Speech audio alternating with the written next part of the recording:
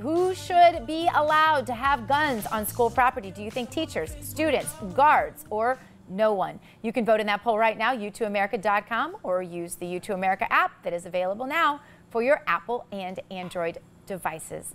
Now, after every shooting, we want answers, and many people on both sides of the political spectrum say that more money for the mental health field is the answer, and that gun owners should be screened for mental illnesses. That sometimes sounds good on its face, but my next guest, clinical psychologist Dathan Paterno, says that you've got to watch what you wish for. Dr. Paterno, welcome back to America Trends.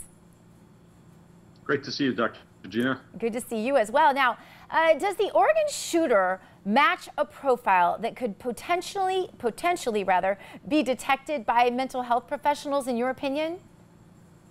No. First of all, you got to hand it to liberals. They have the most beautiful, lovely fantasies. Their fantasy essentially is that there are lots of people who want to tell their secret that they're about to kill somebody, and that they are going to be so bamboozled by the benevolence of their therapist that they're going to admit that they're about to kill somebody. And that just never happens. So I don't think that that's realistic. The Oregon shooter was not violent anywhere near the time close to that. So there's no way that a therapist or anybody else would have put him in the hospital to stop him. And it's interesting because apparently he went to a school that was for children, at least reportedly, with behavioral disorders and autism. So apparently he has one or the other. Does it come up then, the idea that a mental illness is tantamount to a mental disability, and as such, how are people going to be labeled and how are their freedoms going to be revoked? Because obviously if the federal government can revoke your right to the Second Amendment, can it not then revoke your right, for example, to vote or to drive a car? And many people with low-level behavioral disorders or autism, Asperger's, whatever, they are still able to have and enjoy some of these American freedoms, right? Sure, I agree with you that the slope is far too slippery.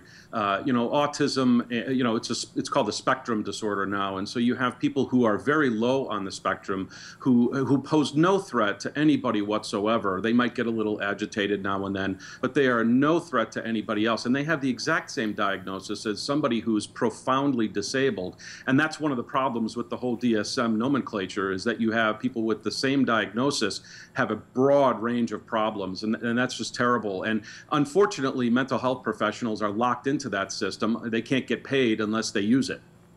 Yeah, and one of the things that struck me in all those years of school was in most business-related occupations, which there's no denying psychology is, the business model is the question, the big question, how do you get repeat customers?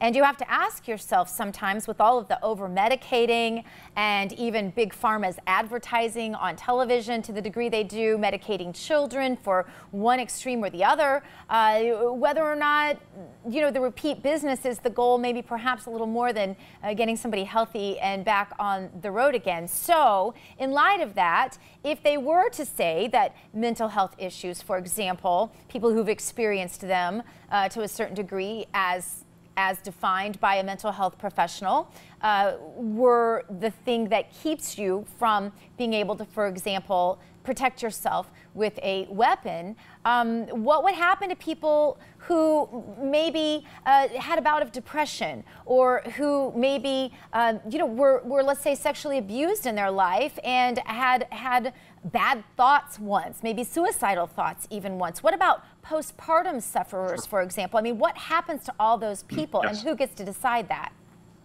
Yeah, I'm so scared that it would have such a chilling effect on, number one, people coming in and getting support, and number two, them being able to admit that to their therapist any kinds of violent thoughts, because frankly, we all have violent thoughts. We all struggle with, wanting to be aggressive at some point. And the line that needs to be crossed in order, the threshold that would get somebody taking their arms away or their firearms owner's identification card taken away is so low.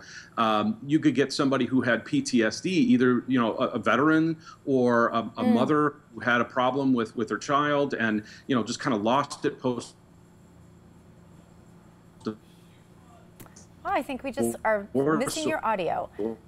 We'll see if we can get you back here. Postpartum, and these people who are perfectly fine just because they have that label. Can you hear me now? Yeah, a little bit better. Okay. So I was just saying that I'm so afraid that the threshold would be too low and that far too many people would either not go into therapy and get the actual help that they need, or they would go get help, but they would be medicated and medicated with drugs that are known to predict and cause violent behavior. Yeah, I think that's exactly the problem. So then what do you, in your perception, what is the answer to this, Dr. Paterno? Because there are mental health patterns that seem to define some of these. It seems like they're all young men, for example. Seems like many have been indoctrinated in extremist politics, for example, usually on the left side of politics, but nobody wants to talk about that. What are the answers? Well, number one is God. I think in a godless society, you're going to have a position about life that is very thin and that doesn't value life. That's one big problem. Second problem is socializing children. My understanding is that this shooter was protected from life and all the trials and tribulations of life, which means that he wasn't able to deal with or cope with a lot of emotions. And that's just awful. The children need to learn how to fail and how to struggle. And third, I think people need safe therapy. They need to know that they can say anything they want, even the craziest fantasies in the world, and know that it's going to be safe with them. So I think psychologists and other mental health professionals need to reject this idea of reporting people to the police just because somebody has a scary thought. All right. Well, we appreciate you being with us, Dr. Paterno, and you keep us alert as to what you're seeing, because we want to have you back when we're seeing other examples like this, and I think we just need to talk through them and have this conversation as a culture. So thank you, Dr. Paterno.